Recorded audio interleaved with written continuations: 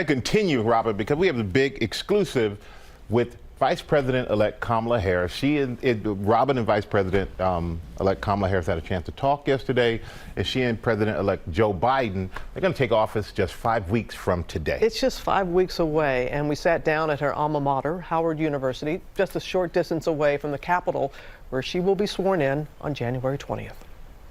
Howard University. Yeah. Just a short distance, of course, the Capitol, the White House. As a student, could you have imagined being just days away from such a historic moment? No. And I really feel quite emotional about it. In just a few short weeks, Kamala Harris will make history when she is sworn in. But following a contentious and extended election season, bringing the country together remains a major challenge. President Trump, what are your thoughts on his reluctance to acknowledge the election? In this democracy of ours, as Americans, which is our democracy is stronger than any one man or woman. It is about the people, and the people spoke. And as the country reels from a raging pandemic that has led to more than 300,000 American lives lost and caused unemployment to soar, questions remain about how the new administration will work with Congress to bring relief to the American people. The stimulus package. Yeah.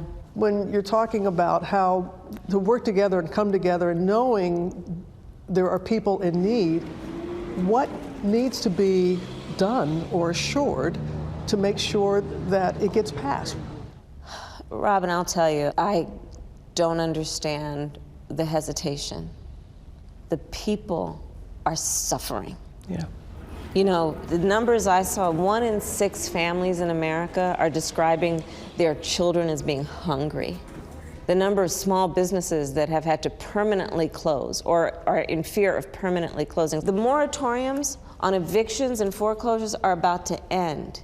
The people here in Washington, D.C. have got to stop living in a bubble. The people have a right to expect that their leaders in Congress see them and act in their best interest. You know, I can speak for Joe and me. We were elected to do a job, and we intend to bring everybody along who wants to do the job with us. He has said a 100-day mask mandate. Other than that, what specifically will this administration do to turn this pandemic around? Yeah, and the 100 days of the mask, he's urging, like there's no punishment. They don't have to, but he is saying as a leader, please, everybody, work with me here. For the first 100 days, let's everybody just wear a mask and see the outcomes there, because of course the scientists and the public health officials tell us there'll be really great outcomes if everyone does wear a mask when they're in public. It is about getting through the pandemic around making sure that everyone has access to the vaccine and that they take it. And how do you go about doing that when you know there's so much mistrust, especially in the community of color? That means about listening to the people. It means about remembering history and why people feel the way they do. And then also reminding folks, this vaccine is just about one thing and one thing only: saving lives. Leaders on both sides, when it comes to the pandemic, they will put down strict guidelines. Yeah. And even your colleague in California, the strict guideline, but yet they don't follow through. What kind of message does that send to the American public? I think we all have to understand that right now, this is a moment for everyone to sacrifice. And if we're going to get through this together as a country, then we all have to do it. And while Harris stands on the cusp of history, not only are there new challenges, but a recent reminder that old ones still exist.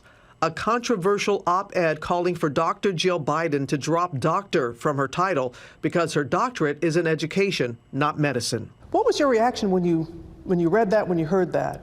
I was deeply disappointed that in 2020, that kind of approach would be given any legitimacy. Because let's be clear about it. She worked hard. She raised her kids. She went to school. She went to night school. She got degrees. She earned everything she has. That's the American way. That's the American spirit. So when there's anyone who tries to diminish the significance of people who work hard, I think it's just not the American way, frankly. Now the vice president-elect and her husband, Doug Emhoff, are both preparing to shatter gender norms. How do you think he's going to put a stamp on? Because he's making history as well. He is. He is making history. He will be the first second gentleman of the United States of America.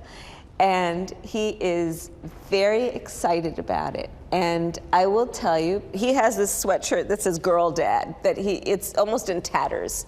But he's very proud of being the father of a daughter. You know, he is, and of course proud to be a father of a son. But he's aware that, you know, we still have so much work to do to remind our children of every gender that they should not be confined by the limited perception that some might have of who they are and what they can be. And this is where we are, I think, advancing as a society with each one of these moments.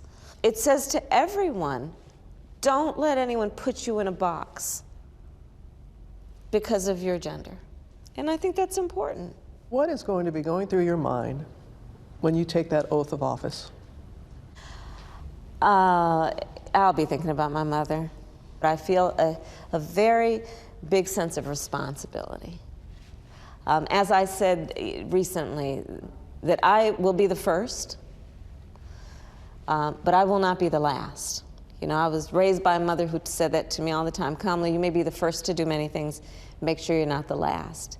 And that's how I feel about this moment. And she's really navigating the weight of responsibility that goes along with being a first. Just seeing her take that oath is going to be such a huge moment in our history. Very historic, but yet, George and Michael, she gets beyond that in saying that when I asked her, as other VPs in history, that once they are in office, that they have special initiatives that they want to be a part of and they want to push from the White House. And I asked her, does she have a special initiative of something? And she's like, it's about the American people. She's very focused on that, knowing it's an historic moment, knowing this is a big moment, but just really focused on the job at hand. And I kept pushing about, 70 million people voted for President Trump. 60% of House Republicans pushed with the Supreme Court to get the election overturned. So to say you want to work together, that's one thing, but how do you go about doing it? And was encouraged by Mitch McConnell, what he finally admitted. Took some time, but it's the right thing to do at this point. Yeah, it was. And I'll have much more of my conversation with Vice President-elect tonight on Nightline. Coming up here, Robin,